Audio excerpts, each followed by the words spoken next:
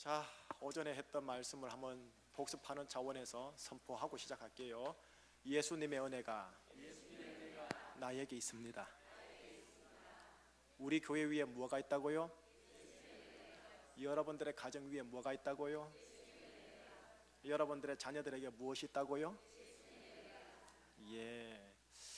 계속 선포하셔야 돼요. 우리가 선포로 말씀의 씨앗을 뿌려야 된답니다. 때가 되면 아마 30배에서 100배까지 나오지 않겠나, 그 믿음으로 계속 뿌려 나가십시다. 맥 성경 일독, 하나님의 말씀을 읽으면서 강의하고 말씀을 읽는, 그게 원 성격인데, 올해 여러분들에게 오픈 강좌 형식으로 이렇게 진행을 할 겁니다 라는 내용을 여러분들이 맛배기로 지금 보여드리면서, 소기의 목적인 말씀 읽기가 조금 떨어지긴 했지만, 목사님이 내년부터 성경 읽기를 저렇게 맥성경 일독을 진행하려고 하시는구나 라는 차원에서 지금 나눕니다. 자, 이제 기어이 오늘이 마지막입니다. 오늘 마지막이라서 이렇게 마지막 하나님이 주신 음성을 들어보도록 하겠습니다. 자, 여러분들 받았던 서신서가 아니고 용지 한번 볼까요? 보면서 나누도록 할게요.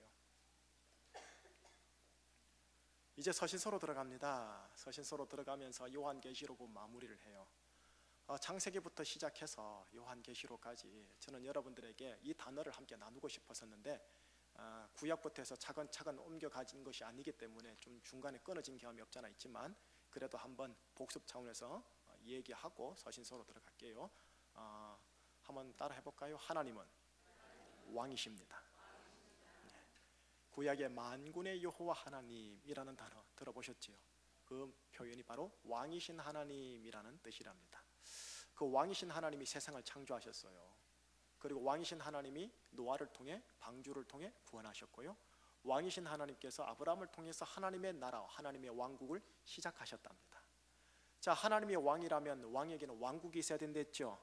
그래서 여호와 왕국 혹은 하나님의 나라가 창세기 12장에서부터 시작되어져요. 왕국, 나라가 시작하려면 세 가지 요소가 있어야 돼요. 국민, 주권, 영토. 그렇게 하나님은 아브라함 한 사람을 통해 국민을 만들기 시작한 거예요.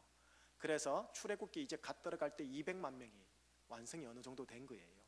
그래야 이들을 출애굽을 시켜가지고 어디로 가느냐, 젖과 꿀이 흐르는 가나안 땅으로 바로 가지 않고 시내산으로 가요.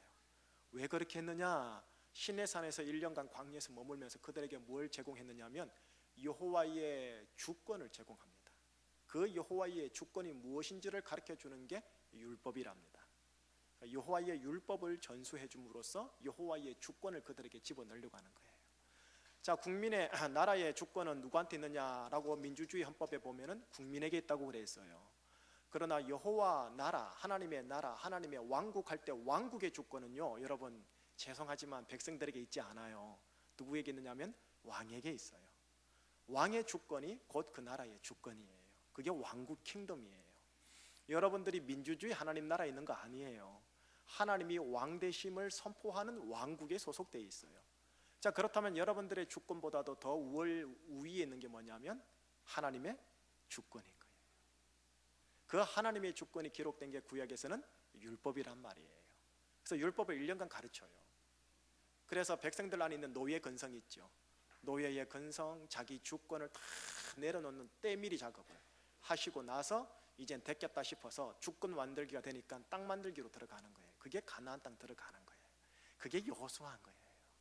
그래 들어가려고 했다가 실패해가지고 광야에서 뱅뱅뱅뱅 돌렸다가 본격적으로 사사시대, 왕정시대가 되면서 어느 정도 하나님 나라의 모습을 보였지만 왕정 중기 말기로 가면서 하나님의 왕국을 보여주어야 할 다윗 왕정이 엉뚱한 방향으로 흘러가면서 하나님이 선지자를 보내게 됐고, 선지자를 통하여 여호와의 주권인 율법을 기억하라라고 선포했지만 이들은 기억하지 않다가 결국은 멸망하게 되었다라는 내용이 구약이에요. 자, 이제 여호와 하나님이 왕이신데 신약으로 탁 보면요, 하나님의 아들 독생자 예수 그리스도가 이 땅에 와요. 근데 그분이 바로 빌라도 법정에서 내가 곧 왕이니라 라고 선포를 한답니다. 그게 요한복음에 나와요. 예수님은 왕이세요. 예수님이 왕 되신 하나님을 보여주는 아들이라는 거죠. 그 예수님을 통해서 다시 한번 국민 만들기, 주권 만들기, 영토 만들기인 하나님의 나라가 시작된 게 신약인 거예요. 그게 사도행전인 거예요. 자, 국민은 누굴까요? 구약시대 때 국민은 유대 민족에게 한정해 있었어요. 그죠?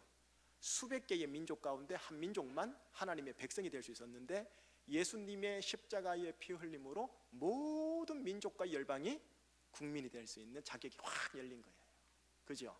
그 다음 주권은 볼까요? 어떻게 바뀌었나요? 옛날 구약시대 때는 율법이 주권이었어요.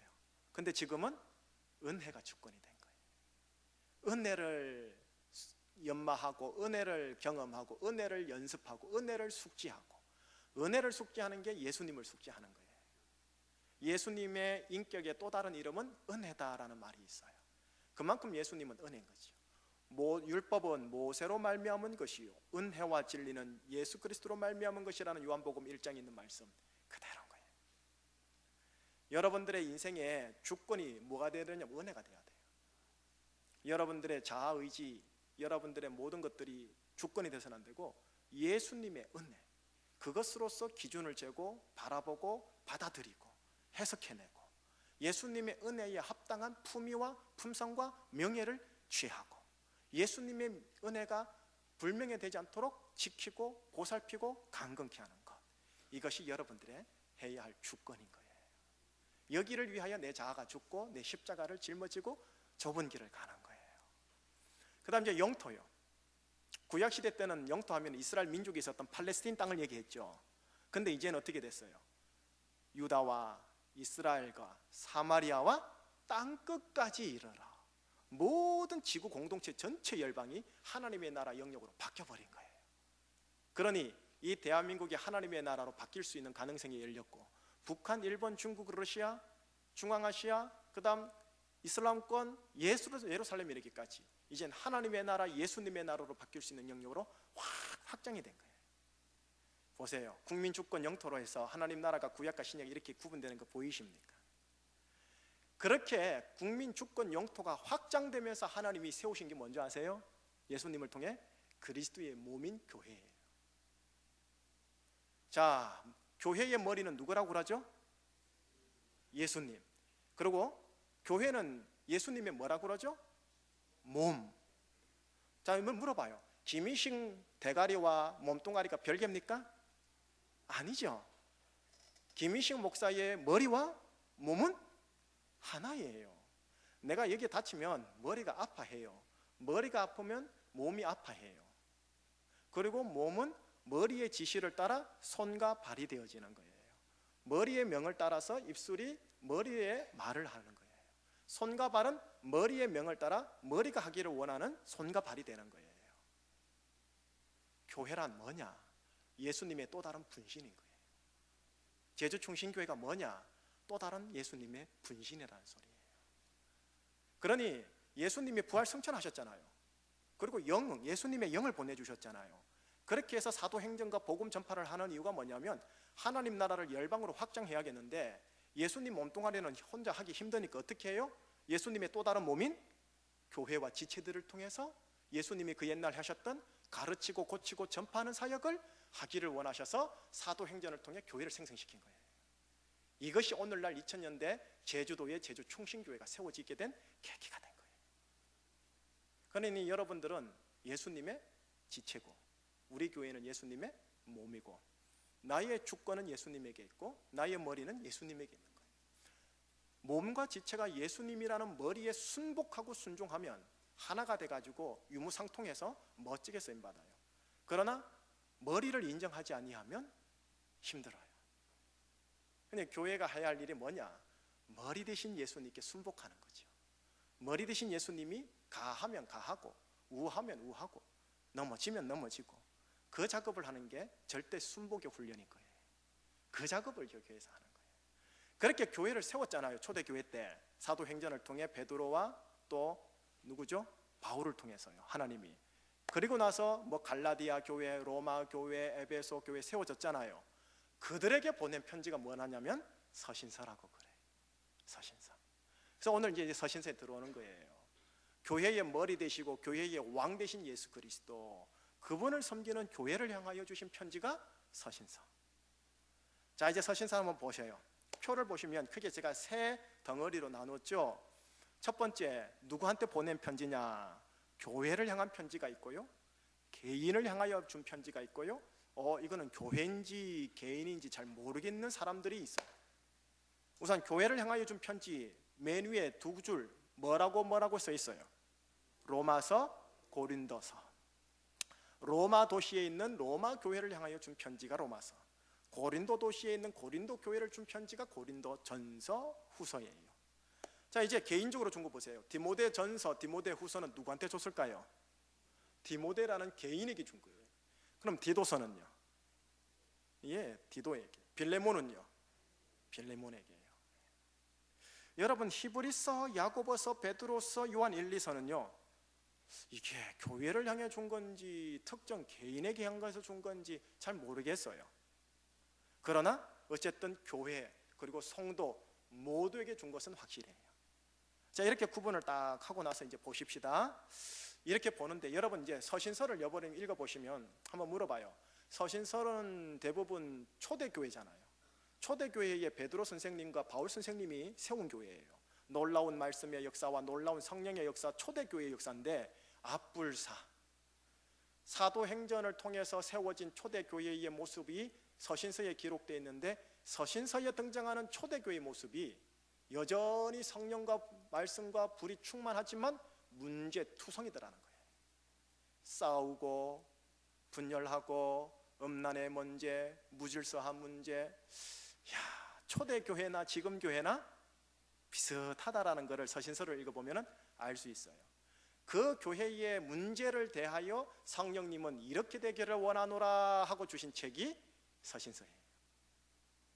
자, 이제 로마서를 한번 보도록 하지요. 로마서는 교회를 향해 준 말씀이잖아요.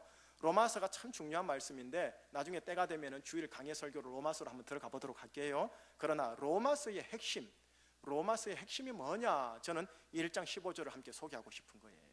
로마서 1장 15절을 찾아서 한번 같이 읽어봐요.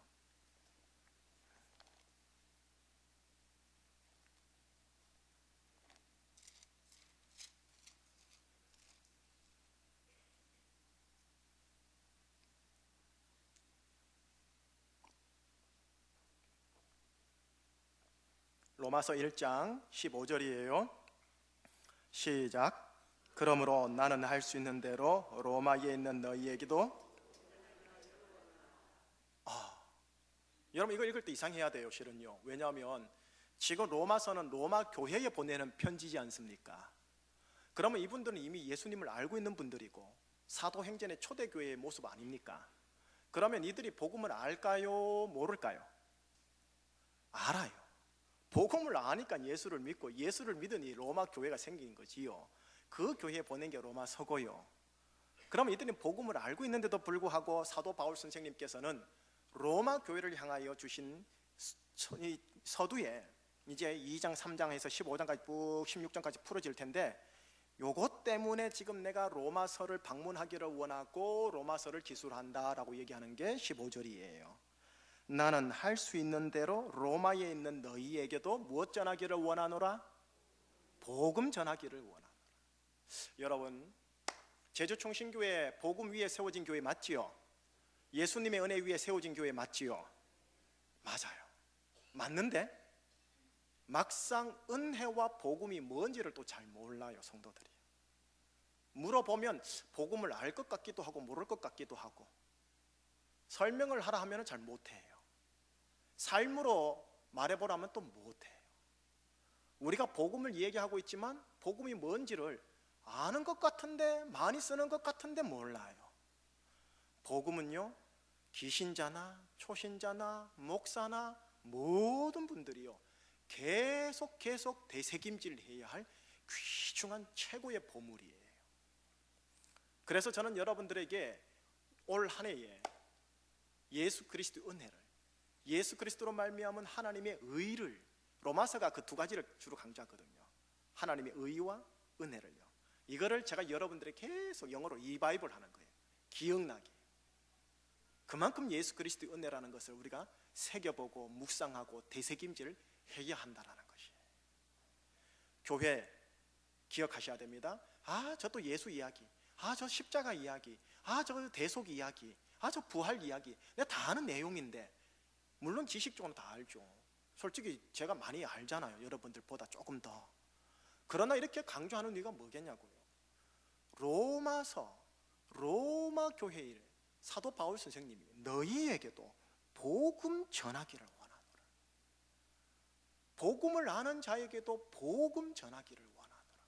왜요? 16절 읽어봐요. 16절 해서 17절까지 읽어야 돼요. 시작. 부끄러워하지 아니하노니 이 복음은 모든 믿는 자에게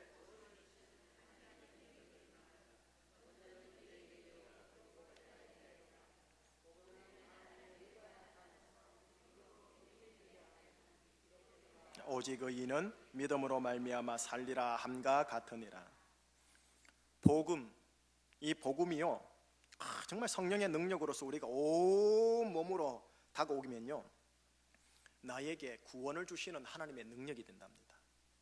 우리가 구원하면 꼭 항상 영혼 구원만 생각해요. 그것만이 아니에요.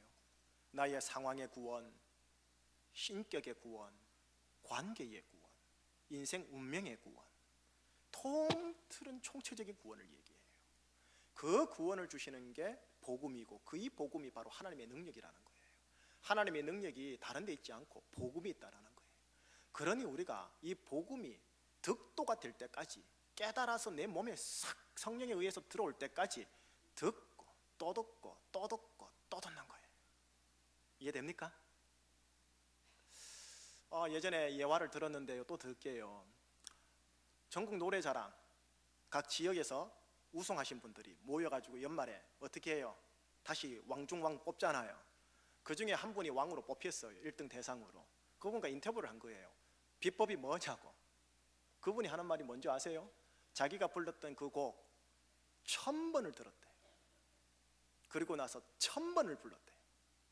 그랬더니 노래 가사가 내 속에 들어왔대요. 이해됩니까? 1000번을 듣고 1000번을 노래를 불렀더니 가사와 내가 하나가 되더래요. 가사 안에 작사와 작곡가가 왜 이 음률과 이 가사 내용으로 했을까라는 게 묘하게 필링으로 들어오더래요. 그래서 그냥 노래를 부른 게 아니라 가사 안에 있는 저절한 느낌까지 부르다 보니까 1등이 돼버린 거예요. 제가 이거 듣고요, 찬송가 하나 불러봤는데 100번 부르고 지쳤습니다. 와, 이거 장난이 아니에요. 1000번 부른다는 게. 근데 복음을 평생토록 이렇게 우리가 들어야 된다는 거예요. 복음이 나와 하나가 될 때까지요. 제가 클래식을 좋아하려다가 실패했어요. 진짜 못 듣겠대요. 지난 이게 예화도 또 한 것 같은데, 클래식을 좋아하는 분에게 물어봤죠. 어떻게 하면 클래식을 잘 듣고 해석이 가능할까요? 목사님, 안 들려도 무조건 들으십시오. 무조건 듣다 보면 진짜 들릴 때가 옵니다. 그때부터 클래식은 들립니다. 뭔가 도가 트지 않습니까? 들릴 때까지 들으래요. 그러면 때가 오면 득도가 되고 돌파가 된대요. 그러면 클래식이 들린대요. 영어도 그렇죠. 하다 보면 돌파하는 임계점을 뚫어낸다는 거죠. 여러분, 우리 교회에서는 복음과 은혜가 계속 선포되어져야 되는 거예요. 왜? 예수님이 오셔서 복음을 전하셨고 은혜로 오셨으니까. 두 번째예요, 고린도서요. 고린도 교회는요, 보세요 여러분, 여기 기록한 거 한번 보세요. 제가 뭐라고, 무슨 모델이라고 써 있어요? 교회의 부정적인 모델. 교회의 부정적인 모델이에요. 분열의 문제가 컸었어요. 법적인 소송의 문제까지 갔었어요. 음란의 문제도 있었어요. 우상 제물의 문제도 있었고요. 성만찬도 아주 엉망으로 했고요. 은사 문제도 심했고요. 그리고 사도 바울에 대한 그 반바울 태도적인 문제도 있었단 말이에요. 그러니까 고린도 전서를 읽어보시면요, 와, 이거 오늘날 교회로 보면은 이건 교회가 아닌 거예요. 이건 교회가 아니에요. 정말 이런 교회가 어디 있을 수 있느냐. 정말 초신자들이 고린도 교회 만약에 등록했다가 이 상황 보면 놀라 자빠져가지고 다른 교회 가거나 예수를 안 믿을 것 같아요. 그런 교회가 고린도 교회라니까요. 초대교회 때 이랬다니까요. 그러니까 인간 군상이 모이면 항상 이래요. 재성이 있을 수밖에 없어서. 자, 여기에 대하여 성령님께서 사도 바울을 통하여 첫 대면에 고린도전서 1장 1절에서 3절에 뭐라고 얘기하는가를 보셔야 돼요. 한번 볼까요? 고린도전서 1장 1절에서 3절이에요.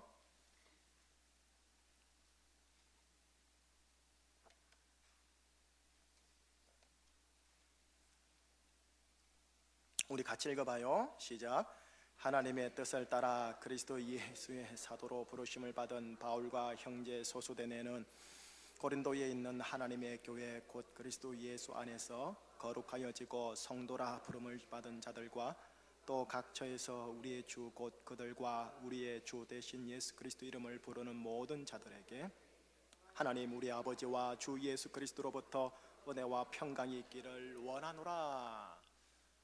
방금 전에 제가 조금 이랬잖아요. 분열, 법적 소송, 음란 문제, 우상제물 문제, 성만찬 문제, 은사 문제 등등이 나타나는 교회. 아이고, 이런 교회는 오늘날 있어도 성도들이 와도 실족하고 다른 교회 가거나 예수 안 믿거나 아주 문제 있는 교회이다, 부정적인 롤 모델이다, 볼 수 있는 교회이잖아요. 그런데 성령님께서요, 사도 바울의 입술을 통해 가지고 오늘 1장 1절에서 3절까지 가만히 찬찬히 읽어보면요, 고린도 교회를 어떤 시각으로 보는지가 보여요. 보세요. 2절 보세요. 고린도에 있는 무슨 교회? 하나님의 교회. 고린도에 있는 하나님의 교회. 그리스도 예수 안에서 뭐라고 써 있습니까? 거룩하여지고 거룩한 성도, 성도라 부르심을 받는 자들. 지금 1장 이후로 쭉 보면요, 이거는 거룩하지 않아요. 거룩할 성자, 무리 도자를 붙일 만한 크리스찬들이 아니에요. 뭐 이런 교회가 다 있나 싶을 정도의 교회예요. 그런데 성령님께서는 사도 바울의 기술을 통해서 뭐라느냐, 하나님의 교회, 고린도 교회예요. 그리스도 예수 안에서 거룩하여지고 성도라 부르심을 받은 자들이요 라고 선포를 하는 거예요. 3절 한번 보세요. 시작. 하나님 우리 아버지와 주 예수 그리스도로부터 은혜와 평강이 있기를 원합니다. 할렐루야. 여러분, 이거 그냥 서두에 하는 인사말로 생각하면 안 돼요. 여러분들 인생에 은혜와 평강 두 가지가 있으면 다 풀리는 겁니다. 지금까지 여러분들에게 은혜 계속 설교하고 있죠. 평강 뭡니까? 히브리어로 샬롬. 샬롬은 내적 평강만 얘기한다 했어요? 모든 평강, 관계상에 은혜와 평강만 있으면, 두 가지만 있으면 다 풀려 인생이요. 그런데 지금 이 고린도 교회 문제 많은 교회를 향하여 성령님께서 뭐라느냐, 은혜와 평강이 너희에게 있기를 원하노라. 너희들은 문제 덩어리일 수도 있겠지만 하나님의 교회요, 성도 안에서, 예수 안에서 거룩하여지고 성도라 부름을 받은 자들이노라. 이거를 깔고 나서 분열 문제를 지적하고 조정해주고, 음란 문제 지적해주고 조정해주고, 성만찬 문제 지적하고 조정해주고 라고 하는 거예요. 물론 조정 이후에 순종하고 안 하고는 고린도 교우들의 주권적 의지에 달린 거지요. 말씀드리는 게 뭐냐, 여러분 어느 교회든 문제 없는 교회 없습니다. 탈 없는 교회 없어요. 말썽 없는 교회 없어요. 근데 주님의 은혜의 눈은 뭐냐, 하나님의 교회라는 거죠. 성도이고요, 거룩한 교회라는 거죠. 여러분들이 우리 제주 충신교회를 바라볼 때, 제주교회 400개 교회를 바라볼 때, 한국교회 바라볼 때 어떻게 보세요? 율법의 시각으로 보시면서 한국교회 희망 없다 라고 하세요? 틀린 부분 아니에요. 맞아요. 어느 부분은 맞지만 예수님의 은혜의 시각은 아닌 거예요. 은혜의 시각으로 보고 훈련하고 은혜의 팔을 걷어붙여 내게 소속되어 있는 교회에 들어가서 은혜를 함께 일구는 거예요. 에베소서 세 번째 보세요. 에베소서 교회의 무슨 모델? 긍정적인 모델. 긍정적인 모델. 사도행전 19장에 사도 바울 선생님께서요 3차 바울 전도 여행을 하세요. 3차면요 여러분 이제 완숙의 단계에 들어가신 바울이세요. 인생의 사역적인 고난, 아픔, 또 영광도 확인하고 마지막 로마로 가기 전 사역이 에베소 교회에서, 에베소 도시에서 사역이거든요. 근데 사도행전 19장에 보면 놀라운 역사, 에베소 도시 전체의 경제 문화를 뒤집어 엎는, 개혁을 하는 놀라운 성시화가 일어나는 그 역사가 일어나시는 거예요. 그 교회를 떠나고 나서 에베소 교회와 장로님들에게 보낸 편지가 에베소서예요. 이 에베소서는 총 6장으로 되어 있어요. 몇 번 지금 설교를 하는데 이거는요, 총 전반부는 3장, 후반부는 3장. 전반부는 교회란 이런 것이다 라는 걸 가르쳐준 다소 이론적인 부분, 마지막 4, 5, 6장은 교회가 이렇게 행동해야 한다는 실천 파트, 적용 부분이 나와요. 자, 그 가운데 적용 부분만 볼게요. 적용 부분 4장을 펼치세요. 에베소서 4장 1절에서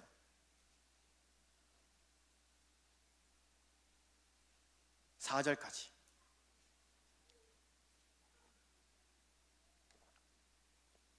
함께 읽겠습니다. 시작. 그러므로 주 안에서 갇힌 내가 너희를 권하노니 너희가 부르심을 받은 일에 합당하게 행하여 겸손과 온유로 하고 오래 참음으로 사랑 가운데서 서로 용납하고 평안에 매는 줄로 성령이 하나 되게 하신 것을 힘써 지키라.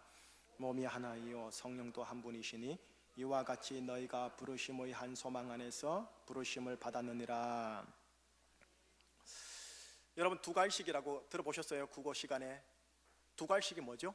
주제가 앞에 있다는 소리예요, 뒤에 있다는 소리예요? 앞에. 미괄식은 주제가 뒤에 있던 소리죠. 에베소 교회의 서신은 두갈식이에요. 주제가 앞에 있어요. 그리고 그 앞에를 기준으로 해서 강론으로 쭉쭉쭉쭉 풀어나가요. 교회 실천 파트 후반부의 첫 번째에 나오는 게 중심이에요, 핵심이에요.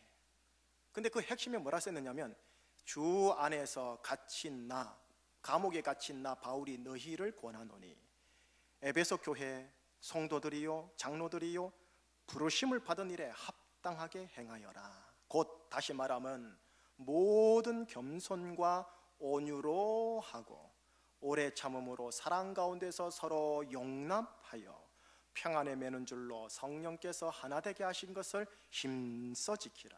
몸이 하나요 성령이 하나요 이와 같이 너희가 부르심의 한 소망 안에서 부르심을 받았느니라.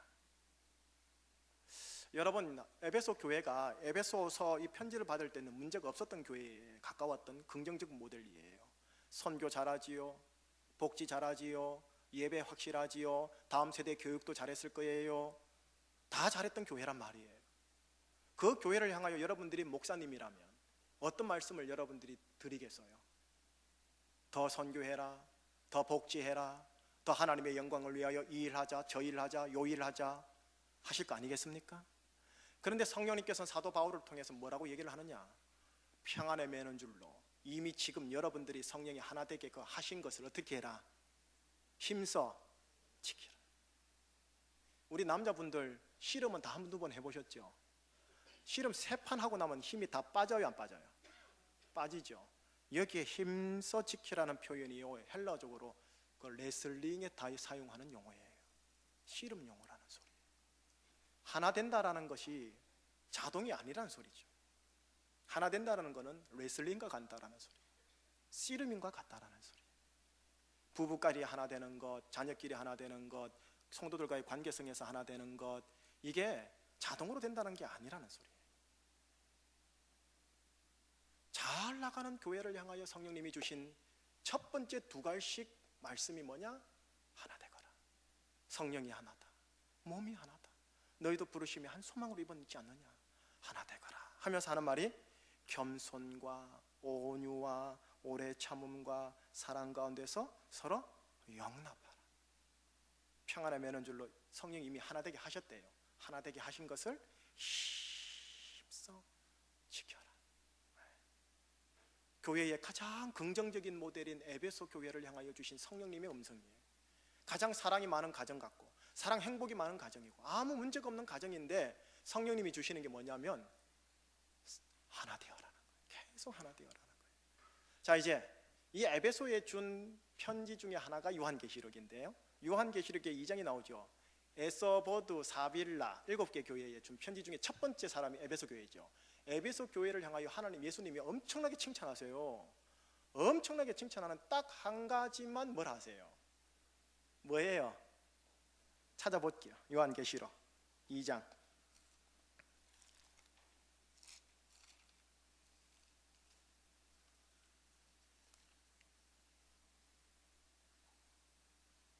2장 2절에서 4절이에요. 요한계시록 2장 2절에서 4절이에요. 함께 읽겠습니다. 시작.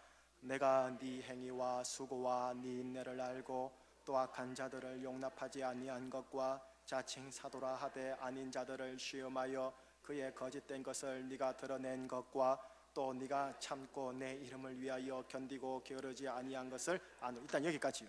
보세요.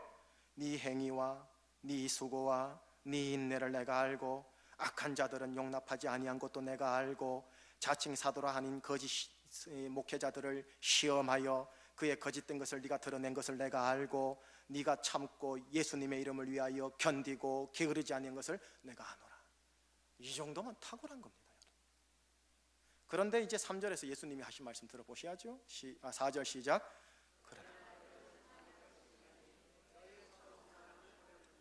처음 사랑을 버렸느니라 라고 얘기를 하는 거예요. 그러면서 5절 보세요. 함께 읽겠습니다. 어디서 떨어졌는지를 회개하여 처음 행위를 가지라. 만일 그리하지 아니하고 회개하지 아니하고 내가 네게 가서 내 촛대를 가자리에서 옮기라. 네가 처음 사랑을 버렸구나. 우선 하늘 하나님과 예수 그리스도를 향한 사랑이겠죠. 그리고 보이지 아니하는 주님을 향한 사랑은 주님의 양무리를 향한 사랑을 얘기하거든요. 네가 나를 사랑하느냐? 주여 내가 주를 사랑하지 당신이 아시나이다. 내 양을 먹여다오. 그럼 형제와 지체들을 향한 사랑이 있단 말이에요. 이 처음 사랑을 놓쳐버린 거예요.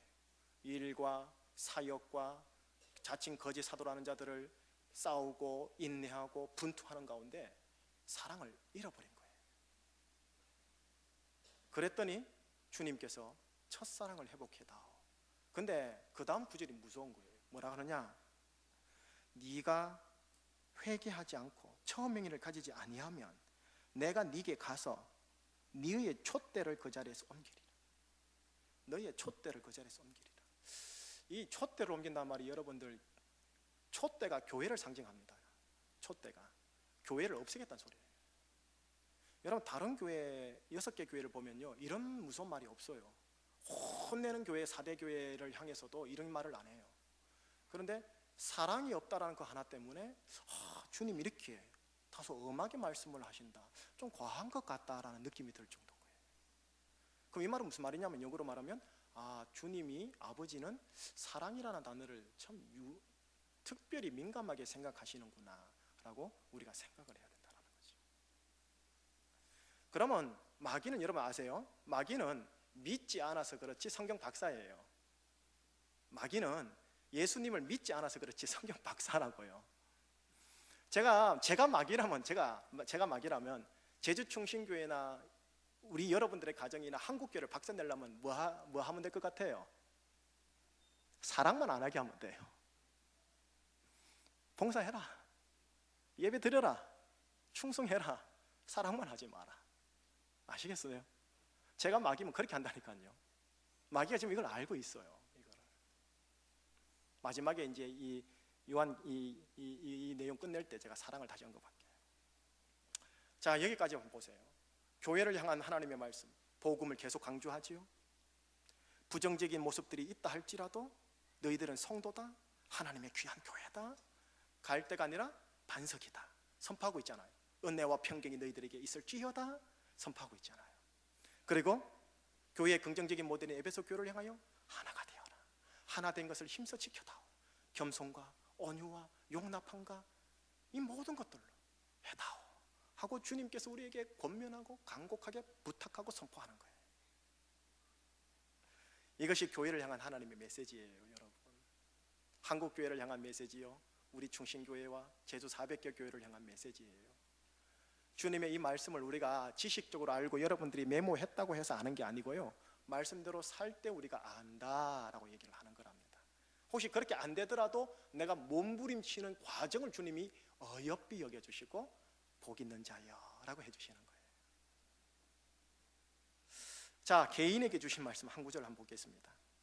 디모데전서, 디모데후서 한번 보시죠. 디모데후서 2장 1절에서 3절이에요. 디모데후서, 개인에게 준 말이에요. 개인에게. 디모데후서 2장 1절에서 3절.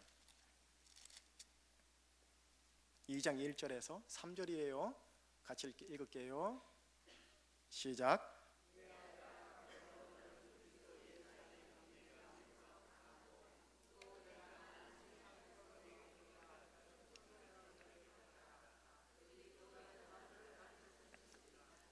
너는 그리스도 예수의 좋은 병사로 나와 함께 고난을 받으라. 잘 읽어주셨어요? 1절 보세요. 내 아들아, 바울 선생님께서 디모데에게 보내는 권면입니다. 그리고 나를 향한 권면이에요. 너는 아무개 장로야, 아무개 집사야, 아무개 권사야, 너는 그리스도 예수 안에 있는 무엇 가운데서 강하여라? 은혜 가운데서 할렐루야. 율법 가운데서가 아니에요. 은혜 안에서 강하여라. 은혜 안에서. 은혜란 게 우유부단이 아니에요, 여러분. 외유내강이에요. 부드럽지만 속에는 은혜가 확 중심으로 잡고 있어야 돼요. 은혜 가운데 강하셔야 돼요. 은혜 가운데. 그래야 이 은혜가 내 입을 통해서 나와요. 얼굴 표정에서 은혜가 나와요. 여러분 얼굴 표정 보고 이게 눈 쳐다보는 눈꼴 보면 아시잖아요. 얼굴이 무슨 뜻인 줄 아세요? 얼의 꼴이란 소리예요. 우리에게는 얼이 있어요. 얼. 그 얼의 형상이 얼굴이에요. 그래서 40이 넘어가면 자신의 인상을 책임져라 라는 말씀이 있으세요. 따라합시다. 나는 은혜의 사람입니다. 열불 뻗쳐요. 화가 나요. 육체의 소욕을 따라 18이 지금 막 튀어나오려고 그래요. 정서와 감정은 어쩔 수 없어요. 그러나 그 정서와 감성의 에너지로 이렇게 왔어요. 나는 은혜의 사람이다. 으이씨, 이렇게 해도 괜찮다 이거예요, 여러분. 이렇게 훈련을 하는 거라는 거죠. 이게 제자 훈련이에요. 이게 일상생활 속에서. 우리 교회는 무슨 교회? 은혜. 우리 제주 중심교회는 은혜. 여러분들은 무슨 사람? 은혜의 사람. 자, 두 번째 보세요. 네가 많은 증인 앞에서, 많은 성도들 앞에서예요. 많은 성도들 앞에서 나 바울에게 들은 바를 충성된 사람들에게 부탁해라. 그들이 또 다른 사람들을 가르칠 수 있으리라. 2절은 언젠가는 목회 철학에서 갈 거예요. 무슨 말이냐면요, 많은 증인들 앞에서요, 사도 바울에게 들은 바를 디모데야 또 다른 충성된 사람에게 부탁해라. 이해되죠? 그들이 또 다른 사람을 가르칠 수 있으리라. 몇 대예요 지금? 사도 바울 1대, 그 다음 디모데 2대, 그 다음 디모데가 가르친 충성된 사람들 3대, 그 다음 그들이 또 다른 사람들을 가르치리라. 4대까지 내려가는 거예요. 4대까지 은혜의 말씀이 내려가도록 충성을 다하라는 소리예요. 여러분 교회에 남는 게 뭔지 아세요? 종말 때 마라나타, 다시 오실 예수님. 건물이 남을까요? 아니면 어떤 교수님의 논문이 남을까요? 사람의 논문이나 업적이 남는 게 아니라니까요. 여러분들 생각해 보세요. 옛날에 참 인상이 좋았던 분, 아련한 추억 속에서 사랑과 흐뭇함이 있으신 분, 그분의 어떤 게 기억이 납니까? 나에게 대해줬던 그 모습 이미지가 기억나죠. 매월 몇시 때 어떻게 해가지고 그 행동 자체가 기억나는 게 아니고 그 행동으로 말미암은 그 은혜, 그 이미지, 그 상이 기억이 나는 거예요. 제가 기억나는 한 사람은요, 누구냐면은 주일학교 선생님 한 분이세요. 원래 주일학교 애들 개구장이잖아요. 남자애들이, 머슴아들이 떡하면 장난치고. 근데 이 선생님은요, 공부 안 했어요. 성경 공부 안 하지 말한 소리 아니에요. 그건 오해하지 마시고. 뭘 기억하냐면 내가 그 선생님하고 축구한 기억이 기억나는 거예요. 그 선생님하고, 그 선생님이 현대자동차 기숙사에 계셨던 분인데 기숙사에 애들을 데리고 가가지고 함께 축구를 하는 거예요. 주일날. 그 이미지가 제게 좀 박혀 있어요. 성경 공부를 얼마나 잘 가르쳐 줬느냐, 얼마나 탁월하게 설교를 잘했느냐, 이게 기억나는 게 아니고 나와 함께한, 그게 기억나더라는 거죠. 뭘 말하고 싶으냐면요, 여러분, 예수님께서 마지막 날 교회를 바라보실 때 유념하게 보는 게 뭐냐면 그 교회에 충성된 사람들이 누구였느냐를 보실 겁니다. 신실한 사람들, 충성이란 말이 뭐예요? faithfulness거든요. 신실이라는 뜻이에요. 시간에 신실하고, 자신의 봉사 직무에 신실하고, 예배에 신실하고, 헌금에 신실하고, 인간관계에 신실하고, 맡겨 주어진 일에 대해서는 신실한 자, 이걸 충성이라고 그래요. 충성된 사람만 남아요. 충성된 사람만. 많은 증인들 앞에서 네게 들은 바를 충성된 자에게 맡겨라. 그가 또 다른 충성된 자를 재생산하리라. 여러분 모두가 충성된 자가 되셔야 하는 겁니다. 신실하셔야 합니다. 하나님께서 가정을 주셨지요, 교회를 주셨지요, 봉사 직무 주셨지요. 힘들더라도 신실하셔야 해요. 충성하셔야 돼요. 충성하세요. 충성. 죽도록 충성하라. 그러면 생명의 면류관이 네게 있으리라. 신실하셔야 합니다. 그러면서 3절에 보면 그리스도 예수의 무슨 좋은 병사로 나와 함께 고난을 받으라. 여러분들은 성도님들이잖아요. 은혜의 사람이잖아요. 그러나 기억하세요. 예수님의 병사예요. 병사. 군인이라는 소리죠. 군인. 병사로 복무하는 자가 자기 멋대로 하는 자가 없잖아요. 병사로 모집한 자를 기쁘게 하는 거잖아요. 나의 대장님, 나의 장군님을 위하여 지사충성, 나의 조국을 위하여 지사충성. 이게 좋은 병사거든요. 우리가 그렇게 부름받은 거예요. 저는 여러분들 모두가 주님이 기뻐하는 병사가 되기를 원하고 병사 중에 용사가 되기를 원합니다. 때가 되면 또 용사에 대해서도 얘기를 한번 나누겠지만, 여러분, 우리 모두가 병사예요. 그 중에 충성된 용사가, 장수님이 맡기면 할렐루야, 맡길 만한, 저한테는 맡기면 확실하다, 저 녀석한테 말하면 말 안 새간다, 저 녀석이 하면은 일이 풀어진다 라고 할 수 있는 용사가요. 주님이 원하시는 모습이 이런 모습이에요. 우리 제주충신교회가 이런 수치가 점점 높아져야 되는 거예요. 자, 여러분, 왕 대신 예수님이 세운 교회입니다. 왕 대신 예수님이 세운 교회가 예수님의 몸인데, 이 예수님의 몸에는, 정리를 해볼게요, 복음이 늘 강조가 되어져야 됩니다. 예수님이 늘 강조가 되어야 됩니다. 은혜가 늘 강조가 되어져야 합니다. 그리고 교회에 부정적인 사건들이 터진다 할지라도 우리 교회를 향하여, 우리 교회는 하나님의 교회다, 우리 교회는 시몬이 아니라 베드로이다, 예수 그리스도께서 거룩하게 생각하는 성도이다, 은혜와 평강이 많을 것이다, 이렇게 축복하고 피처 간에 선포해 주는 거예요. 그러면서 하나 되게 하신 것을 힘써 지키는 성경적인 실천에 우리가 순종하는 거예요. 그러는 가운데 내 스스로는 은혜 가운데 강하셔야 됩니다. 여러분, 세상 살다 보고 교회 살다 보면 이상한 소리 듣잖아요. 억울한 소리도 듣고 막 화가 나고 덤벼들고 싶고 다른 교회 가고 싶고, 이길 수 있는 방법은 딴 거 없어요. 은혜 가운데 강해야 돼요. 은혜 가운데. 이 말씀 기억나요? 너를 축복하는 자를 나 여호와가 축복하고 너를 저주하는 자를 나 여호와가 저주하리라. 정말 믿는다면요, 무슨 소리 들어도 이렇게 있어야 돼요. 저기 가서 하소연, 여기 가서 하소연, 저 사람 때문에 내가 힘들다, 저기 가서 내가 내 힘들다. 이거는 뭐 할 수도 있지만 조금은 미성숙한 12장 2절, 창세기 12장 2절을 정말로 안 믿는 분의 모습이에요. 믿습니다 하면서 그렇게 하시면 안 믿는 거예요. 그리고 나서 마지막에 충성된 자가 되고 좋은 병사가 되어야 된다는 것이 서신서를 통해서 왕 대신 예수님이 몸대인 교회를 향하여 주신 말씀이에요. 자, 이제 정리를 해볼게요. B를 보세요. 서신서를 통해 보는 교회와 하나님 나라에 대한 이해. 표를 보면 맨 왼쪽에 하나님 나라 돼 있죠. 하나님 나라가 목표입니다. 목표 밑에 뭐라 써 있습니까? 함께 읽어봅시다. 온전하며 이상적인 천국 모습. 여러분들의 가정과 우리 교회랑 제주교회랑 우리 한국 교회가 천국이 100점이라면 몇 점 정도 주실 것 같아요? 몇 점? 넘서시로서 말 못하지요? 예. 예를 들면 쉽게 얘기할게요. 50점이라 합시다. 50점.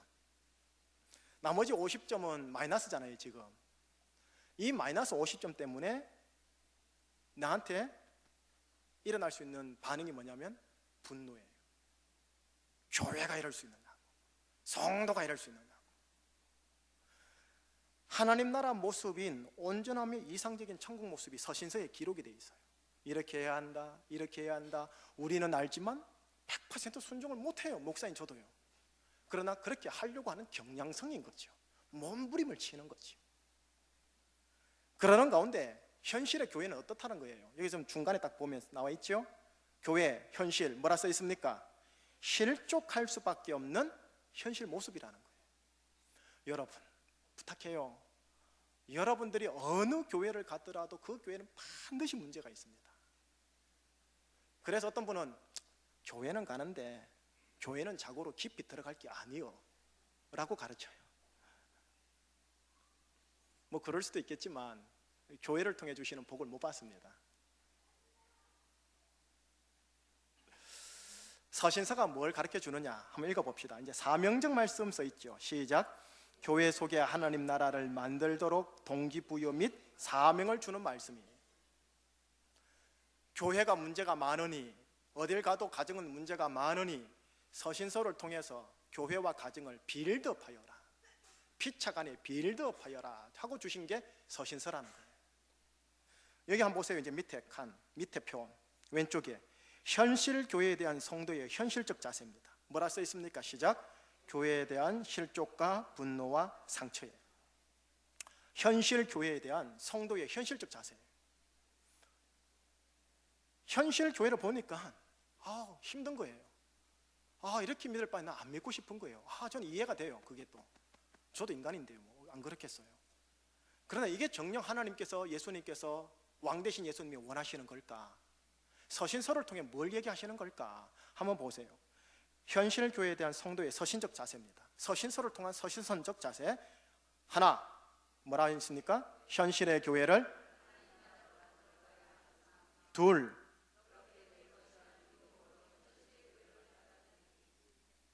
믿음으로 현실의 교회를 어떻게 한다? 받아들이는 거예요. 받아들이는 거예요. 우리의 가정이 문제 있다고 받아들이는 거고, 현실의 교회가 문제가 있을 수 있다는 걸 받아들이는 거예요. 그러면서 우리는 모두 다 공사 중이다라는 걸 기억하셔야 됩니다. 따라해 봅시다. 우리는 공사 중입니다. 이제 거의 끝날 때 다 됐는데 이제 졸음이 막 쏟아지시죠. 죄송해요. 옆에 사람한테 한번 유치하지만 축복해 주세요. 우리 모두 공사 중입니다 하고 한번 좀 축복해 주세요. 여러분, 우리는 평생토록 성화되어져 가야 됩니다. 그 말은 공사 중이라는 소리예요. 목사라는 직분이 완벽한 직분이긴 한데요, 제가 목사로서 율법의 기준으로 따지면요 턱없이 부족하잖아요. 하물며 우리 장로님들 뭐 다 기본 이상 되시겠지만 장로님들도 그 직분상 율법의 기준이 있지만 그보다도 항상 부족하잖아요. 근데 여러분 모두가 다 그렇다라는 거예요. 이거를 인정을 해주셔야 돼요. 여러분들이 피차간에 교회에서 이 인정해주는 문화와 분위기가 조성되어져야 돼요. 공사 중이다, 공사 중이다. 그럴 수 있습니까? 라고 할 수 있는데 공사 중이다라는 거예요. 공사 중. 여러분 우리가 다 공사 중, 성화 중이라는 거예요. 교리적인 용어로 성화 중입니다. 성화 중. 현실의 교회를 하나님 나라로 만들어 가야 하는 사명. 두 번째는 그렇게 될 것이라는 믿음으로 현실의 교회를 받아들여요. 그러면서 빌드업해 나가자. 우리 모두 빌드업해 나가자. 은혜 속에서 강하게 빌드업해 나가자. 이게 교회입니다. 이게 이 과정 중에 있는 게 교회라는 거예요. 완벽한 교회 없어요. 요약 정리할게요. 복음서, 사도행전, 서신서, 묵시서. 복음, 예수님이 우리의 구세주다, 주님이다, 맞는데요 왕의 개념으로 얘기하는 거예요. 복음 뭐라 써 있습니까? 예수님은 왕이시다. 예수님은 왕이시다.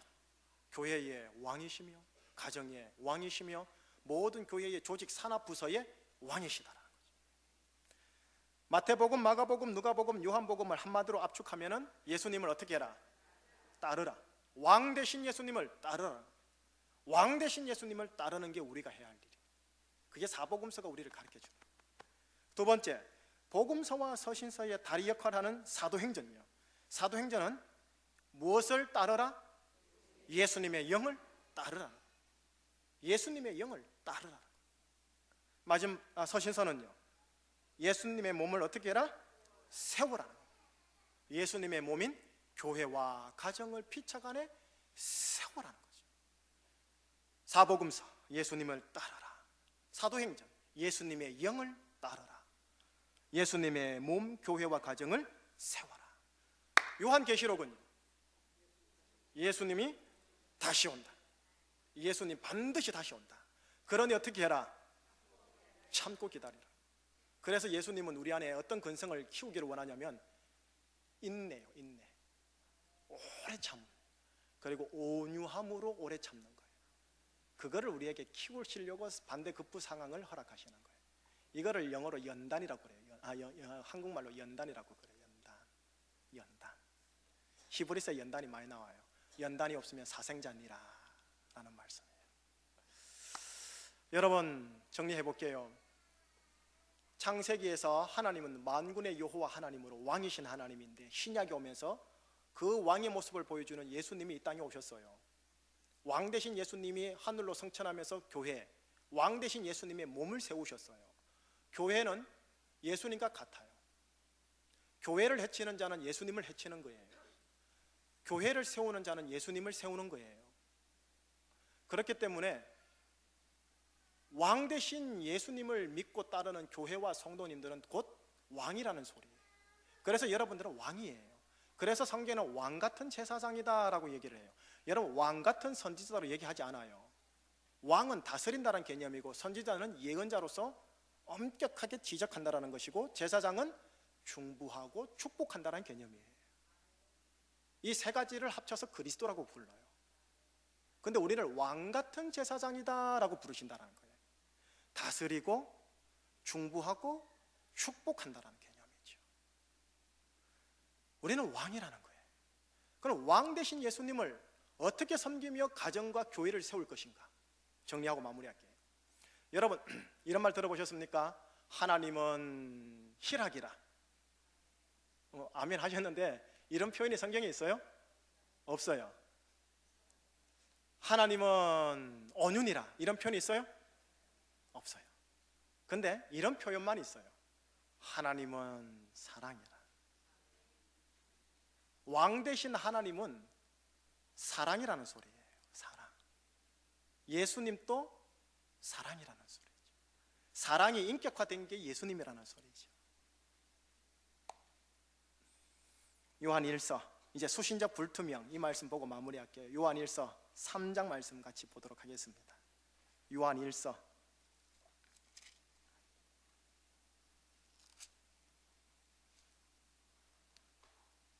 14절, 3장 14절, 3장 14절 함께 읽어볼까요? 시작. 우리는 형제를 사랑함으로 사망에서 옮겨 생명으로 들어간 줄을 알거니와 사랑하지 아니하는 자는 사망에 있느니라. 형제를 사랑함으로 사망에서 옮겨 생명으로 들어간 줄을 알거니와. 여러분, 예수님을 믿음으로써 사망에서 옮겨 생명으로 들어가는 거 아닌가요? 그죠? 예수님을 나의 구세주로 믿음으로써 사망에서 생명으로 가는 거잖아요. 그런데 오늘 말씀은 예수님을 믿음으로써라는 표현을 다르게 지금 보고 있어요. 예수님을 믿는다라는 것은 우리가 형제를 사랑하는 것과 같다라는 말씀으로 지금 바꾸고 있는 거예요. 4장 8절을 한번 올라가 봐요. 건너뛰어 봐요. 4장 8절 말씀요. 4장 8절 시작. 사랑하지 아니하는 자는 하나님을 알지 못하나니 이는 하나님은 사랑이시. 하나님은 뭐라고요? 만군의 여호와 하나님의 또 다른 이름은 사랑이라는 거죠. 왕 대신 예수님의 또 다른 이름은 사랑이라는 것이죠. 결국은 우리가 왕 같은 제사장으로 왕 노릇한다는 말은 뭐냐면 사랑에 능수능란하다는 소리입니다. 사랑에. 우리가 사랑의 전사가 되고 사랑의 군사가 되고 사랑의 용사가 되는 거예요. 에베소 교회를 향하여 무엇을 잃어버렸다고 그랬죠? 첫사랑을 잃어버렸다고 그랬어요. 그랬더니 네 촛대를 옮기겠다고 그런 거예요. 사랑을 잃어버린 거는 예수님을 잃어버린 거고 아버지를 잃어버린 거라는 소리지. 그러니 교회가 아니라는 소리지. 그러나 사랑을 향하여 진격하는 과정, 용씀이 있으면 하나님이 옆에 여기시는 거죠. 그러나 또 사랑이 없어서 저것도 교회인가 할 수도 있지만 고린도 교회를 기억하면서 하나님의 교회요, 성도요, 거룩한 교회인 거예요. 사랑이 없는 곳에 있다 할지라도 예수님의 은혜 가운데 강하세요. 믿음의 전사가, 용사가 되셔야 돼요. 사랑의 용사, 사랑의 영적 전쟁을 잘해야 돼요. 이것이 왕 되신 하나님, 왕 되신 예수님이 나에게, 우리에게 보여주신 모습이에요. 십자가가 뭔데요? 공의와 사랑, 두 가지가 같이 있어요. 엄격한 공의와 정의와 사랑이 같이 있는 게 십자가예요. 왕 대신 예수님을 따르는 우리 교회가 이 사랑으로, 사랑의 영으로, 사랑의 예수님으로 충만하고 사랑에 우리가 부복하고 순종하는 우리 교회 함께 만들어 갑시다. 예수님의 은혜가 여러분들 길을 주의 이름으로 축원합니다.